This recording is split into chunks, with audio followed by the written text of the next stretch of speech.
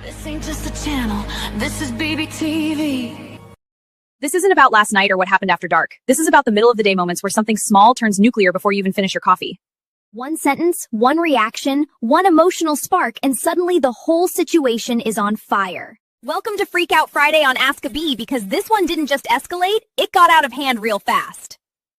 Boss be rising, BBTV's igniting, turn the volume up. Yeah, the whole world's invited, from the gravel roads to the neon dreams. She built an empire out of broken wings. Boss be rising, sky ain't even the ceiling when she hits go live. Everybody feels it.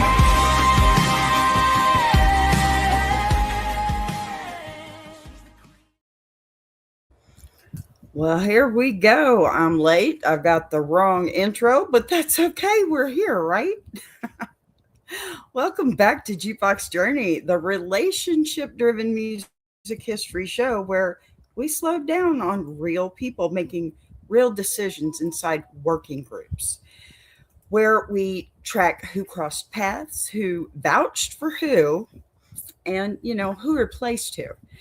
How collaborators learn to function under pressure and what consequences followed years later. And tonight's episode centers on how the core creative partnership inside Linkin Park came together, how that partnership operated once the project expanded into a large touring and recording operation, and what shifted when the structure that had carried the group for so long could no longer continue in the same way. Because instead of ranking albums or walking through release schedules, we're going to focus on the collaboration between Mike Shinoda and Chester Bennington. Two musicians, I can't even talk, two musicians who did not grow up together, were not part of the same local scene, and entered the same project at very different moments in their lives. And already embedded in a developing group that had spent, years experimenting with personal rehearsal spaces. Now, unfinished sounds while the other was moving between auditions and dissolved bands, searching for a stable long-term situation. And that imbalance at the starting line matters because, it shaped how early rehearsals worked, how authority was negotiated inside writing rooms, and how creative trust formed when songs were still skeletal ideas, instead of tour-tested anthems. Now, how responsibilities were divided once, managers, labels, contracts, and crews began orbiting the band, how interviews were assigned, how public visibility landed unevenly on certain members, and definitely how disagreements were handled quietly instead of through public feuds. And across the hour, we're going to linger on moments that usually get rushed in music storytelling, the audition process, and who advocated for a final decision. The first writing sessions were two very different instincts and had to find a workable rhythm. The touring years, when exhaustion forced roles to harden or soften, the periods when experimentation created internal recalibration instead of consensus, and the later conversations that arise when a long-running partnership confronts loss and uncertainty. Because Saturday Night Jukebox Journey is about pulling back the curtain, without anyone into heroes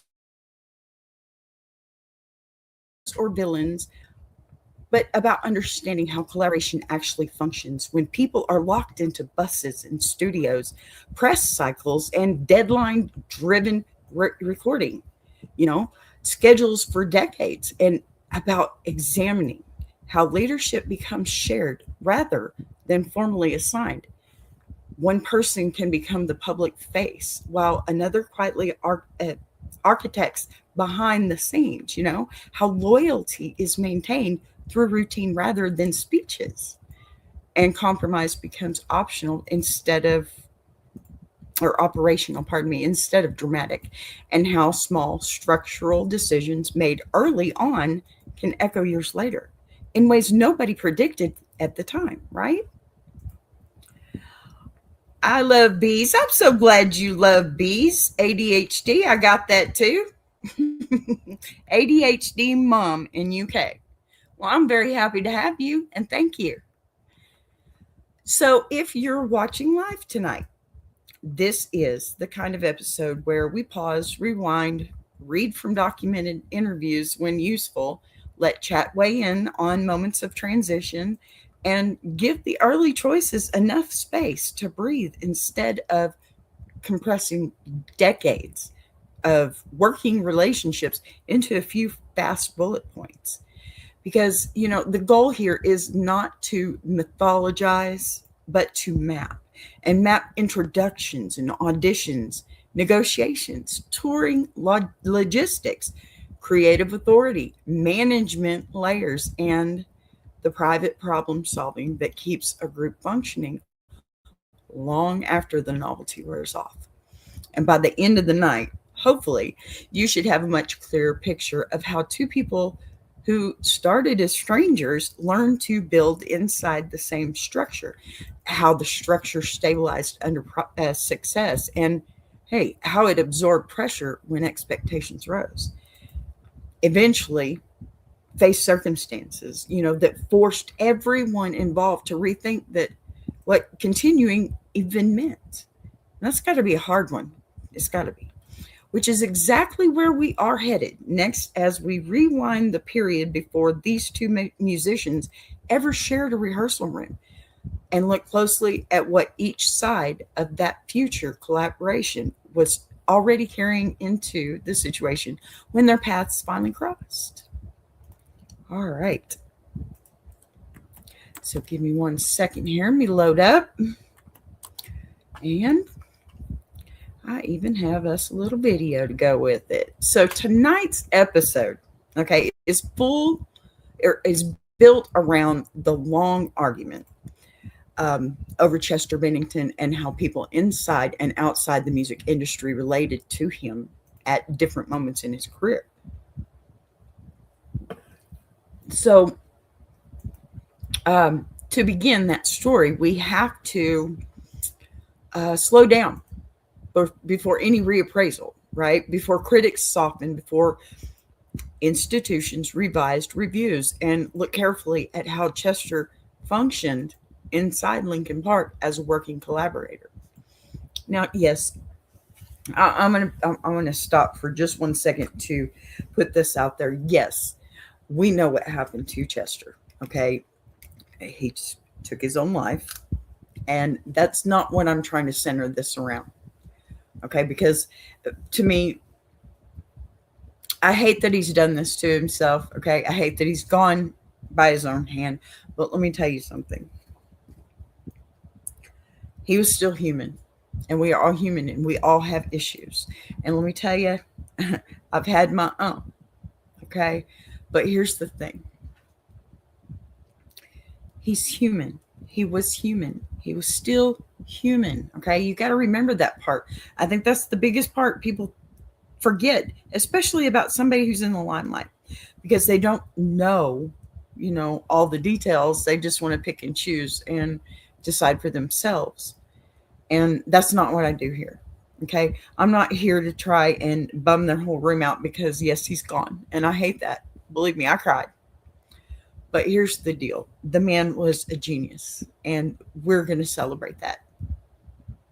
So, because with that internal role, what later shaped how outsiders judged him, since when he entered the group, he was not stepping into a finished machine, but into a project that had already been rehearsing and demoing, cycling through ideas while still searching for the right front space, right? Front voice. And that meant the earliest relationships he formed were professional built around auditions, trial sessions, and, whether his vocal approach fit what the rest of the band was attempting to construct, which immediately created a practical dynamic where he was, evaluated not only on personality, but on adaptability and reliability, and how quickly he could integrate into a structure that already had routines and creative hierarchies forming. And once he was accepted, the relationship, it shifted into something operational rather than symbolic. With long writing days, repeated takes in studios, tour rehearsals, and constant recalibration over who handled which sections of the song, how vocal lines interacted with rap verses and, electronics, how performances were staged, how front of house energy matched the arrangements being built behind the scenes. Those negotiations mattered because they placed Chester in a position where he became the most visible figure to audiences while still operating inside that collective that depended on shared decision making, which, it created a split between public perception and internal reality. Since fans and press increasingly associated the band's emotional intensity with his delivery, while the group itself continued functioning through collaborative processes, production meetings, and long term touring logistics that required compromise rather than single control. And that division is essential to understanding why later debates about the band often focus so heavily on him as an individual rather than on the systems surrounding him. Because from the outside, he appeared to embody the group's vulnerability, while inside the machine, he was one part of a rotating workload that included songwriting and lots of sessions of songwriting, media obligations, travel schedules, and the physical strain of performing night after night. And over time, that workload, it created additional layers in his relationships with bandmates, managers, and labels, since success added new expectations that had to be negotiated collectively, including how interviews were divided, who spoke for the group in certain contexts, how touring breaks were scheduled, and how creative disagreements were contained so they did not spill into public narratives. Those arrangements shaped how Chester was positioned publicly as well as how he functioned privately. Because while audiences increasingly projected meaning onto his voice, the internal conversations remained about deadlines, revisions, rehearsals, and maintaining cohesion across years of constant movement, which meant that, his role was refined less by, I guess, symbolic status inside this band and more by endurance and consistency, showing up for sessions, delivering takes under pressure, and sustaining performances across long cycles of recording and touring. And that distinction is important because it explains why later outside reappraisals sometimes flatten, the complexity of his position just by focusing solely on what listeners heard rather than on how he operated day to day inside a large collaborative enterprise, since the relationships that mattered most in shaping his career were not abstract audiences, but the people he worked with in studios, on buses, and in meetings about the next release or tour routing. And in that environment, his reputation among collaborators was built on whether he could adapt to evolving material, whether he could maintain professionalism under fatigue, and definitely where he could participate in creative negotiation when direction shifted, all of which led into the stability of the group over long stretches of time. And the mid-career phase of the band, those internal systems had become highly routinized and established, and processing for writing, recording, promotion, and live production that require everyone to occupy defined lanes, which further reinforced the whole contrast between how Chester was read publicly and how he was experienced internally. Because externally, he was increasingly framed as the emotional focal point, while internally, he was still one contributor among several who had to manage practical constraints and collective decisions. And that gap between inside and outside perspectives is the foundation for the later critical arguments we are going to examine tonight. Since many of the judgments that circulated in press and online spaces were made without access to those internal working relationships, focusing instead on image and genre labels or surface level impressions of performance. While the people around him were navigating schedules, contracts, long term collaborations, that is why the first thing we need to establish before moving into how critical or how critics, pardon me, educators and older listeners reassessed the band in the simple structural reality. Chester entered the group through an audition process. He earned his place through repeated collaborative labor, became the most visible figure to audiences while remaining embedded in a collective decision making system. And then he spent years operating inside professional routines that demanded reliability as much as expression. Because without understanding that internal position, how he was hired, how he worked, how he negotiated space with bandmates, and how his success reshaped daily operations, it becomes impossible to evaluate why later generations and institutions and commentators argued so intensely over what he represented, which is exactly what we are going to turn to next as we move outward from the band's internal dynamics and begin examining how people outside the group talked about him at different stages of the band's career. And what events triggered those conversations to change. So, loading up again, forgive me. Now, in this next part of the story, pardon me, I'm getting distracted. In this next part of the story, we move outside the rehearsal rooms and, at tour buses and into the way Chester Bennington and Linkin Park were talked about by critics, educators, older musicians, and online communities while the group was active.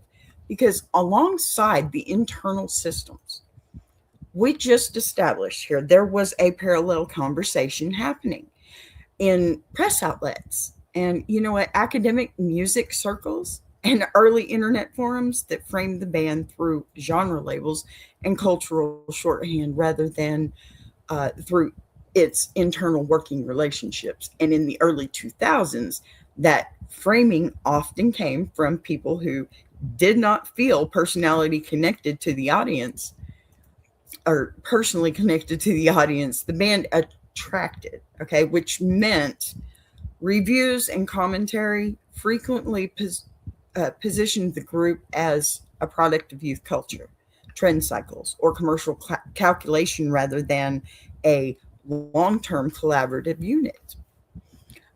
And built through auditions, rehearsal disciplines, and negotiated creative roles.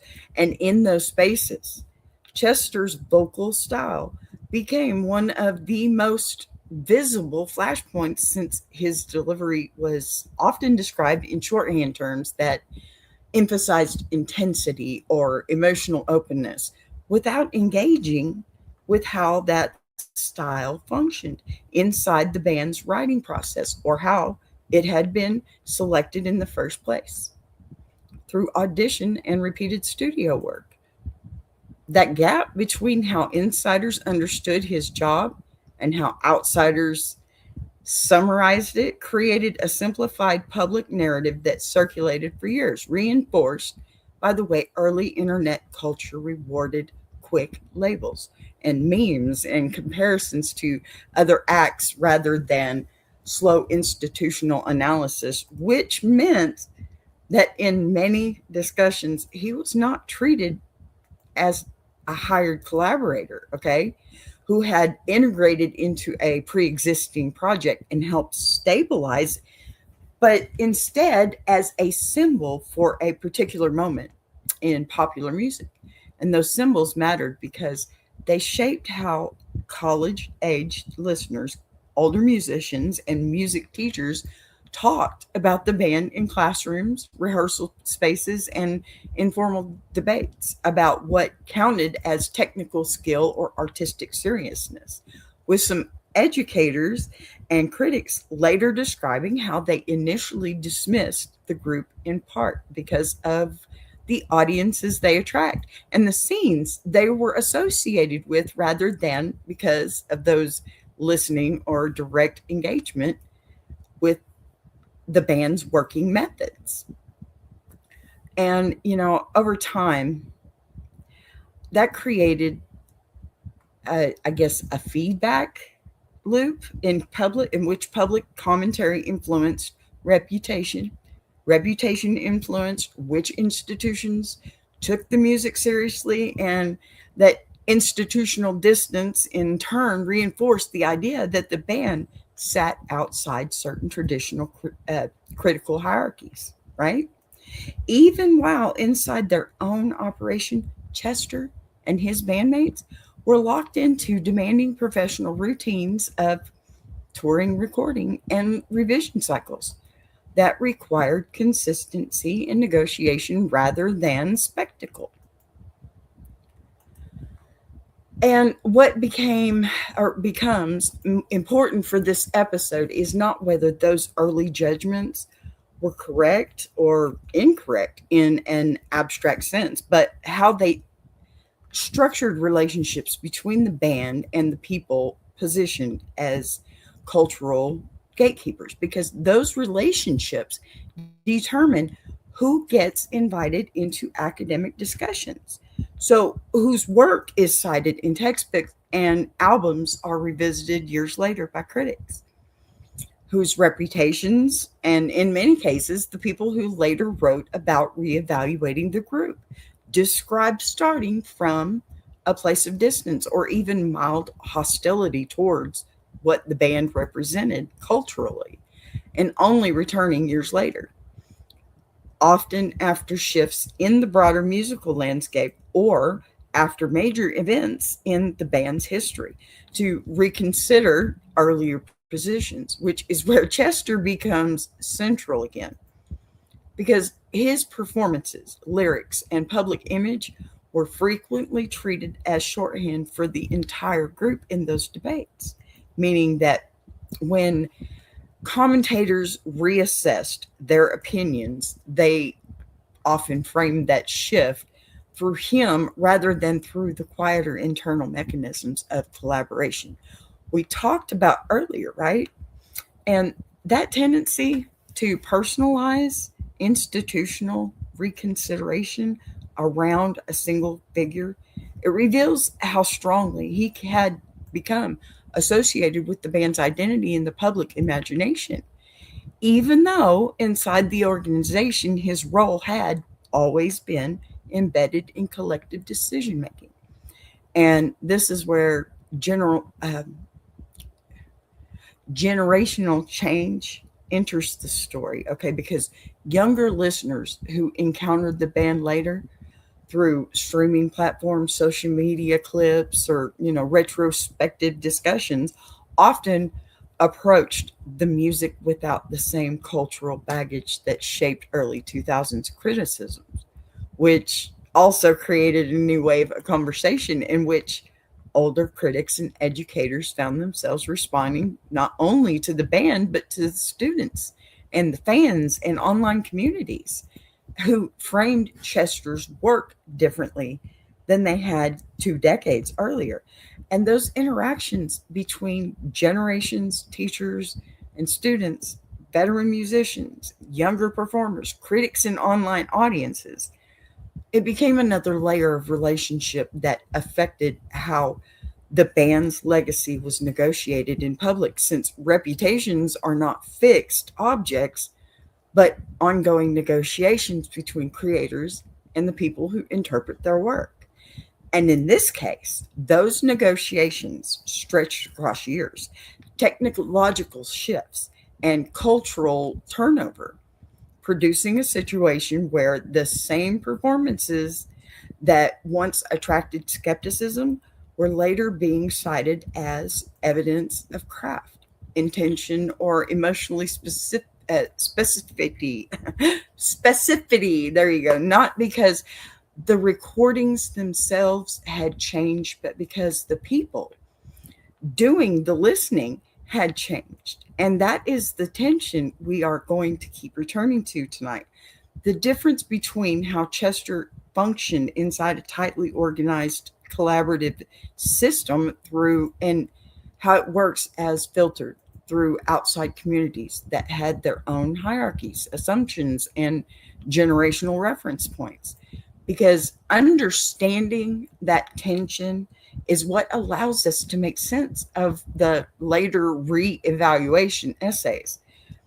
Reddit debates and institutional rewrites that began appearing years after the band had already built its career. And in the next part of the show, okay, we're going to narrow it in on those later conversations themselves, how specific critics, educators, and longtime skeptics publicly described changing their minds, what events prompted those rehearsals, and how those statements circulated online and reshaped the way new audiences approached Chester's work long after the original moment had passed. But before we do that, I'm going to take my much needed little break. I got a little something new for you this week. I decided to play around some more AI. So, I'm an Aussie fan, and it's probably bad that I did this, but I think he would have fun with it. So, y'all, I'll be right back. Thanks. Go. How come we're not going? Oh, Lord, help me. My turn.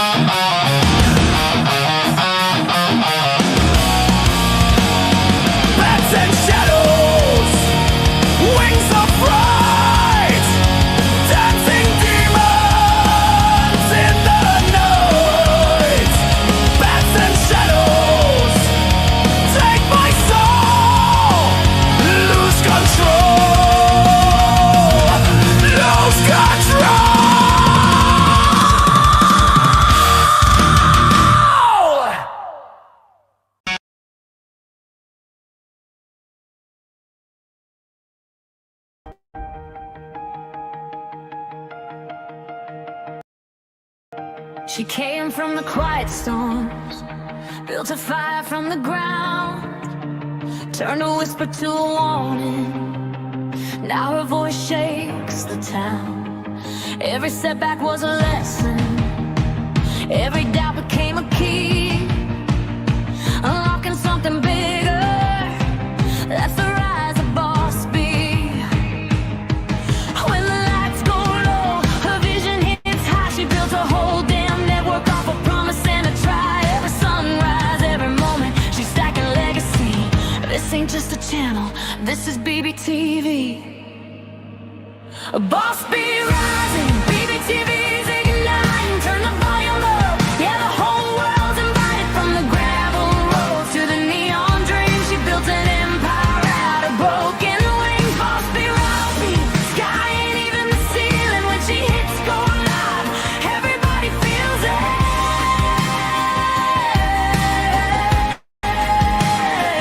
She's the queen of the comeback, the storm in the stream, crafting stories out of heartbeats, making visions out of dreams. Got thunder in the hustle, got a voice that cuts clean. Every mic she touches turns the power unseen. So let further spin the numbers, let the views rise slow or fast. Boss B doesn't measure wins by echoes of the past. This moment is a pivot, this season's history. Bow down to the founder of the BBTV dynasty.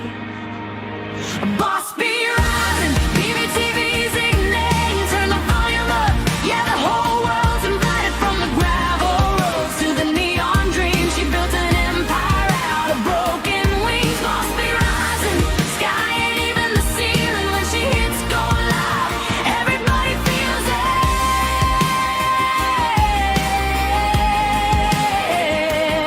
She's got fire in the head, it's got truth in the frame, got a heart that won't retire and a gift you can't name. Every loop, every letter, every dream she sets free, it's a love note to the world sign. Boss B. And the world keeps watching as the numbers climb, but she's counting all the moments, not the dollar signs. From the late night grind to the daylight scene, she's building something bigger than the algorithm's dream. Boss B rising, BBTV shining, her story's rewriting, a legacy in real time. Boss B rising, BBTV's igniting. Turn the volume up, yeah, the whole world's invited. From the gravel roads to the neon dreams, she built an empire out of broken wings. Boss B rising, sky ain't even the ceiling. When she hits go live, everybody feels it.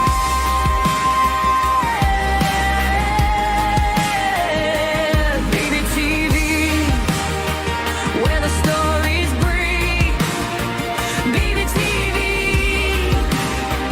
where the dreamers believe. Boss B rising, watch her take her place.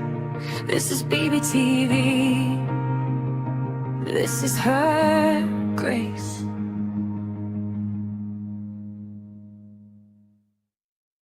Join Boss B for Ask a Bee Monday through Friday, 12 noon Central Standard Time and Jukebox Journey every Saturday, 8 p.m. Central Standard Time.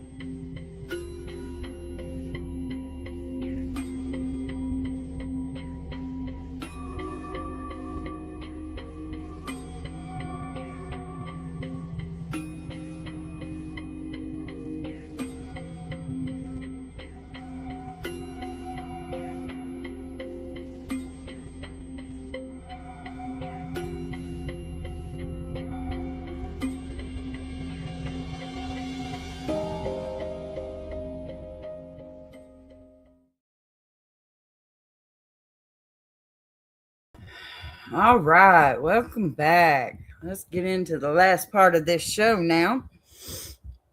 So, in this part of the night, we're going to, uh, I guess, move away from institutions and critics and into the stories that everyday listeners have been telling about Chester Bennington and Linkin Park. Because alongside formal reappraisals, there has been a parallel archive forming for years on forums, comment sections, and long form Reddit posts where people document when and why their relationship to the band changed. And what makes those posts valuable for this show is not whether they praise or criticize the music, but how they trace personal shifts in perception over time, often written by people who describe themselves as former skeptics. So, casual listeners, too, who avoided the group in the early 2000s because of peer pressure, or older fans who initially dismissed the band based on genre labels and imagery, or, the reputations that circulated online rather than from close engagement. And in many of those accounts, the writers reconstruct a timeline of avoidance followed by a return explaining that they encountered the band again years later through a roommate's playlist, a child's discovering the music. My kids, they discovered Chester Bennington and went crazy.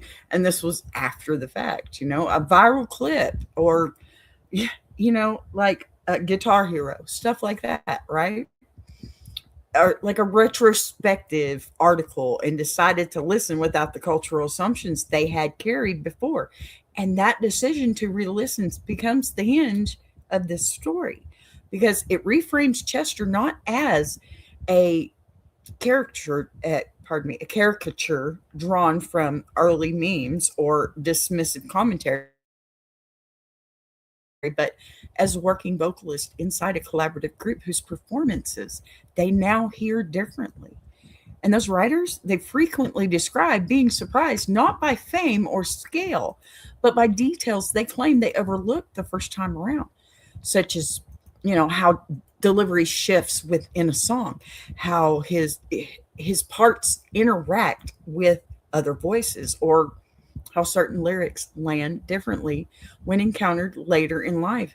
And just as important for Jukebox Journey purposes is the way those posts situate the writers in relation to other people, since many of them include friends who mocked the band in high school, or music store coworkers who argued over whether they were credible, college classmates who debated them in dorm rooms, or, spouses who introduced the music years later, which turns these reevaluations into social stories rather than solitary listening experiences, showing how opinion about Chester and the band circulated through friend groups and workplaces long before critics revisited their stances publicly. And another reoccurring pattern in these threads is discomfort around timing, because some writers explicitly say they resisted revisiting the group immediately after Chester's death, worrying that, any change in opinion might be driven by sympathy later rather than be reassessment, right?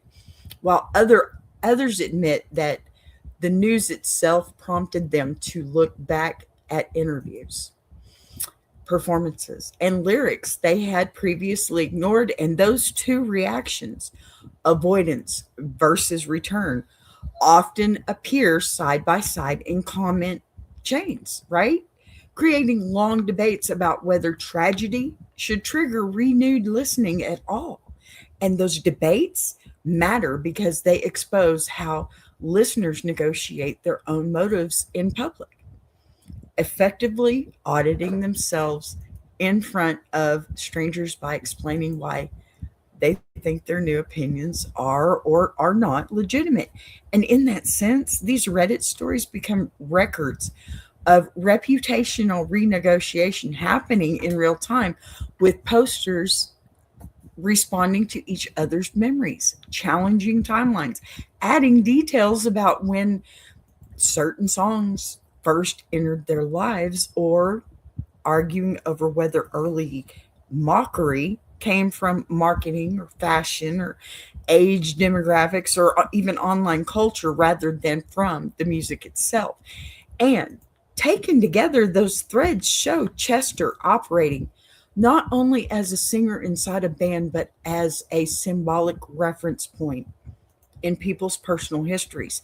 Someone whose voice became attached to particular stages of listeners' lives and then returned later as an object of reconsideration.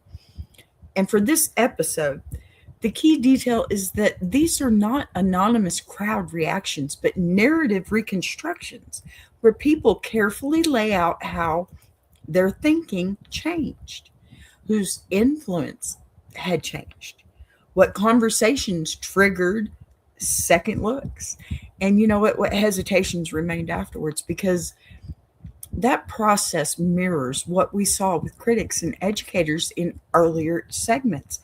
But at a grassroots level, where there are no review editors or academic committees, only individuals negotiating reputation with peers in comment threads and long posts.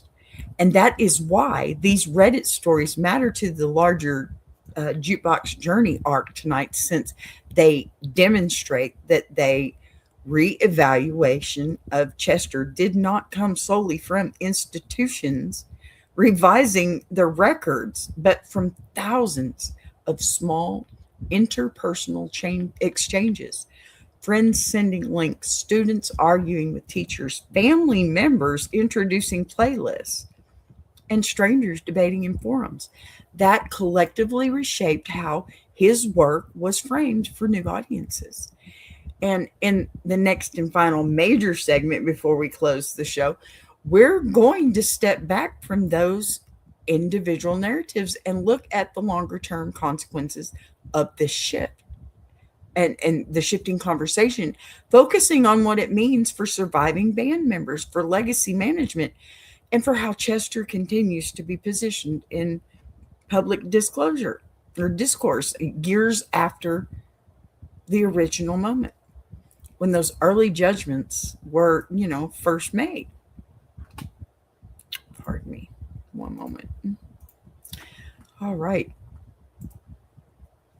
So in this next phase of the story, if I can get my stuff together here, the conversation around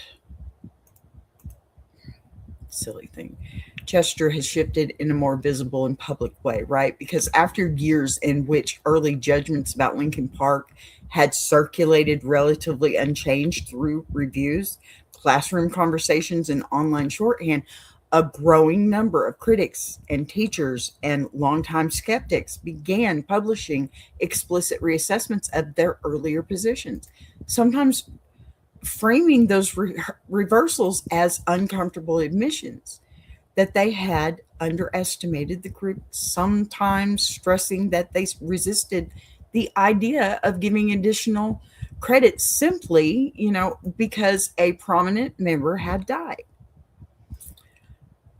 Sometimes describing how they returned to the music only after noticing that, younger listeners were approaching it with seriousness rather than irony, which created a second order relationship dynamic in which commentators were no longer responding only to the band itself, but to audiences who were defending, reinterpreting, or rediscovering it in public forums, right? That change in tone mattered because it moved the debate from private opinion to institutional record, with review outlets revising scores, academic instructors referencing the group differently in coursework, and online essays circulating widely that framed earlier dismissals as products of cultural bias or even generational distance rather than of close listening. And in many of those pieces, Chester became the central reference point for explaining why opinions had changed since writers focused on how his vocal technique, lyrical delivery, and stage presence had been caricatured in earlier commentary and then reconsidered when those same elements were examined before carefully years later, especially by the people who had originally approached the band from outside its core audience, which in turn created a new feedback loop where revised critiques were debated by fans, reposted across social platforms, challenged by others who argued that reassessment after tragedy risked emotional inflation, and it dissected by educators trying to separate technical analysis from sympathy. So that friction is crucial to Jukebox Journey this story because it shows how reputation is negotiated through argument rather than consensus, with Chester positioned not only as a performer but as a symbolic figure around whom these debates clustered. Even though many of the reassessing writers emphasized that their change of heart came from re-engaging with full albums, live footage, and interviews rather than from any single viral clip, which highlights another layer of relationship in this episode. The relationship between past critics and their own prior writings, since several of these reversals involved people publicly contradicting or qualifying their earlier reviews, effectively renegotiating their professional identity in front of readers and students. And the act of self correction is rare enough in cultural criticism that it drew attention on its own, prompting threads, reaction posts, and classroom discussions about whether gatekeepers have a responsibility to revisit old judgments when cultural context changes. And those meta debates fed directly into how Chester's work was reframed for new audiences encountering the band for the first time through retrospective articles rather than, through contemporaneous releases. Meaning that for many, mostly the younger listeners, his reputation was being mediated not only by the recordings themselves, but by these second wave conversations about how critics once talked about him and why they were now speaking differently, which layered interpretation on top of interpretation and made the story less about any single moment in the band's active years and more about how long-term public narratives evolve and then fracture and recombine as different generations take control of platforms and institutions. And, this is where the Reddit threads, the TikTok discussions, and long form essays become especially relevant for tonight's show because they capture ordinary listeners, musicians, and teachers arguing in real time about whether early mockery was fair, whether later praise is inflated, and, whether Chester's visibility had overshadowed the collective nature of the band's work, just turning the reappraisal into an ongoing negotiation rather than a settled verdict.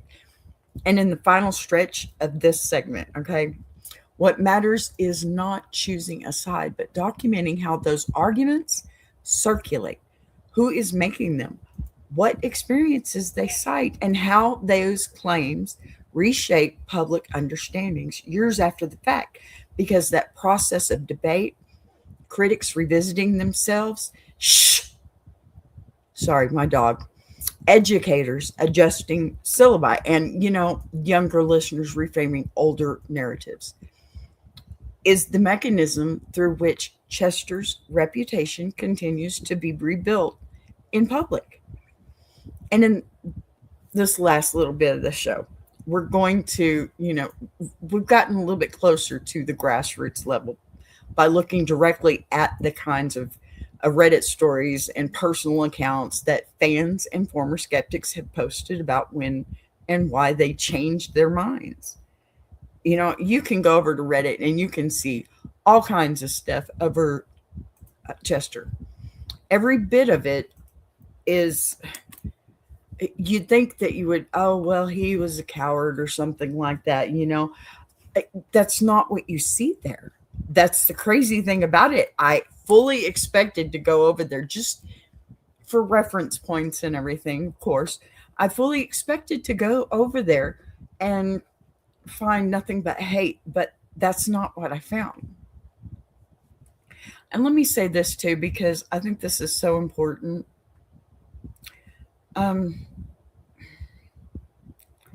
If you ever feel the need, if you ever need help, if you ever need even just to talk to somebody, you will see my email throughout this. Don't do something this desperate. The world lost a very amazing musician because he was pushed too hard. As far as I'm concerned, that's the reason. He was pushed too hard. So don't get that way. Don't be there. Okay. There are numbers you can call anonymously. There are people you can talk to. And I am one of those people. I will happily sit down and have an email or conversation with you. I can't give you my phone number, obvious reasons. But even if you just want to come here and say, hey, can we talk? We'll talk. Okay. Don't ever go this desperate. All right. So as we close out tonight's Jukebox Journey, please listen to what I said. If you ever need somebody, and you will see it at the end of this, I have a few promos to show you. My email me anytime we can talk. Okay. So, as we close out tonight's Jukebox Journey, what we have traced is not a verdict, but a chain of relationships that keeps evolving, beginning with how Chester Bennington functioned inside Linkin Park as a hired collaborator working within a collective system, moving outward to the way critics, educators, and older musicians framed that work while the band was active. Then forward again to later reassessments, online debates, and personal stories where listeners publicly documented when and why their own views shifted. Because taken together, those layers show how reputations are not fixed at the moment music is released, but are constantly renegotiated through conversations between artists, audiences, institutions, and generations that were never in the same room at the same time. And what matters for this show is not deciding who was right in any single phase of that argument, but understanding how those phases they connect, how early genres, labels hardened into shorthand, how later listening reopened questions, tragedy complicated interpretation, and definitely how everyday people, teachers, journalists, and fans all became participants in reshaping the public story, sometimes by revising old writing, and sometimes by posting long reflections in forums, introducing music to younger listeners who had no memory of the original backlash at all. Because those acts, re-listening, reconsidering, disputing, and documenting, are the mechanisms through which legacies change long after touring cycles and press runs have ended. And they also remind us that collaborative work does not belong solely to the moment it was created, but keeps being reframed as new communities encounter it under different cultural conditions. So as you leave tonight's episode, the question we are deliberately not answering for you is whether the early criticism was fair or the later praise is more accurate, but rather how those judgments were formed, who made them, who challenged them, and what events caused people to speak differently than they once did. since that process itself is the story we came to tell. And with that, we'll wrap this one up. Thank you, everybody who joined the discussion. I didn't see many talking out there, but thank you for being here. I know we've had a couple in here for a while. And I want to invite you to keep debating respectfully after the stream ends, okay? And remind you that next time on Jukebox Journey, we'll be back inside of another set of human connections, tracing the decisions, disagreements, replacements, and long-term consequences that quietly shape music history long after the songs themselves have already entered the circulation. All right, y'all. I'm going to say this right now. Get over there to Tuber Chat because they are the best. I will see you Monday for Ask a Bee. Bye-bye. I want to take a minute to shout out Tuber Chat. If you're a creator who's tired of surface-level advice, and actually wants to understand how YouTube works, that's the space. It's real conversations with real creators who are in the trenches, building channels, testing ideas. No posturing, no gatekeeping, no fake guru energy, just people sharing what's working, what isn't, and why. If you're serious about growing, learning, and not doing this alone, check out Tuber Chat. The link is in the description. If you're enjoying this show, subscribing is the easiest way to support what's being built here on BBTV. You'll see the join button right next to subscribe. No pressure, no expectations, just an option for people who want to support the channel in a real way. We're live weekdays at 12 p.m. Central, and each day has its own focus. Same honesty, same voice, just different conversations depending on the day. And if you've got a story you want to share, send it in. Anonymous is always fine. A boss be right.